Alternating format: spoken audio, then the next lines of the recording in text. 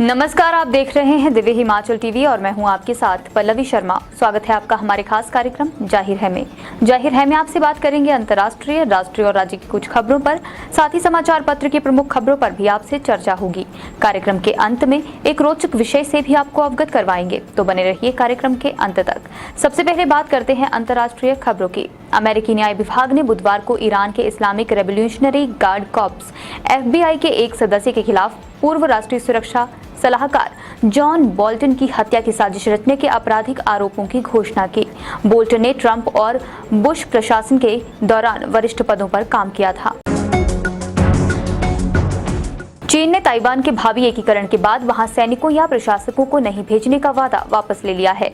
बुधवार को एक आधिकारिक दस्तावेज में कहा गया है, अगर वह द्वीप पर नियंत्रण करता है तो राष्ट्रपति शी जिनपिंग द्वारा पहले से पेशकश की तुलना में कम स्वायत्तता देने का फैसला किया गया है। ताइवान पर जीत का ये श्वेत पत्र पिछले सप्ताह America house speaker Nancy Pelosi की यात्रा के विरोध में बड़े सैन्य अभ्यास के बाद सामने आया है। एक कंपनी के मुख्य कार्यकारी अधिकारी ने अपने कर्मचारियों की बर्खास्तगी की घोषणा करने के बाद जिस तरह से लिंक्डइन पर अपनी रोती हुई सेल्फी पोस्ट की है, उससे इंटरनेट पर यूजर्स के बीच एक बहस छिड़ गई है। अब बात करते हैं राष्ट्र की प्रमुख खबरों की। पश्चिम बंगाल के पूर्व राज्यपाल जगदीप धनखड़ आज देश के 14वें उपराष्ट्रपति बन गए हैं। उन्हें महामहिम राष्ट्रपति द्रौपदी मुर्मू पद और गोपनीयता की शपथ दिला रही थी।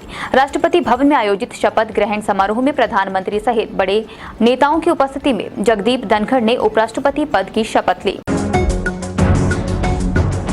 पंजाब में पशुओं में फैले लंपी स्किन बीमारी के चलते राज्य के कई हिस्सों में दूध की सप्लाई प्रभावित होने लगी है।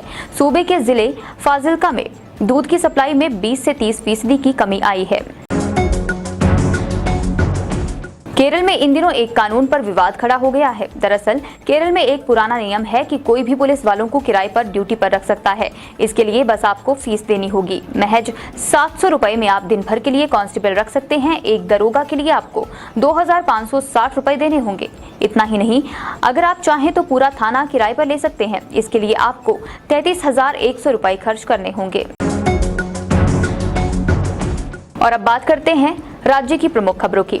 हिमाचल प्रदेश के कुल्लू जिला में एक बार फिर से बादल फटा है। यहाँ पर कुल्लू के आनी में एक घर पर लैंडस्लाइड हुआ। घटना में 60 साल की बुजुर्ग और 16 साल की नाबालिग लड़की की मौत हो गई। दोनों के शवों को मलबे से निकाल लिया गया है। हिमाचल प्रदेश में भारी बारिश का कहर लगातार जारी है। गुरुवार अलसुबह से प्रदेश में भारी बारिश हो रही है।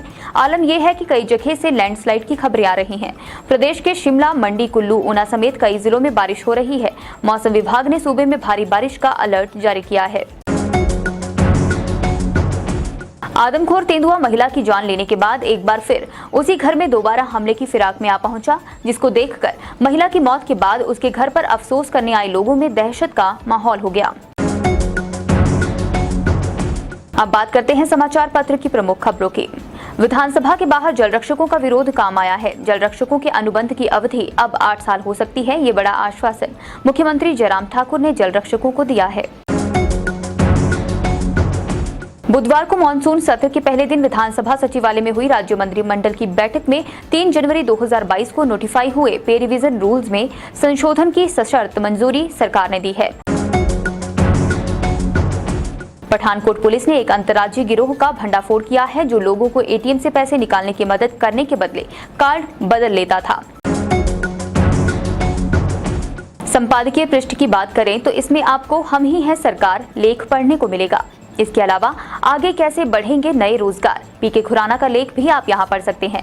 कानूनी रूप से जागरूक होना जरूरी, इस लेख को लिखा है कर्मपाल ने, जिसको आप हमारे संपादकीय पृष्ठ में पढ़ सकते हैं। छिलकों की छाबड़ी में आज छपा है बदलने का इंतजार, जिसके लेखक हैं सुरेश सेठ। और अब बात करते हैं आज के रोचक विषय की। हमारे देश में रक्षाबंधन के त्योहार को काफी धूमधाम से मनाया जाता है। इस दिन बाजारों से लेकर लोगों के घरों तक रौनक रहती है और बहनें अपने भाइयों को राखी बांधती हैं।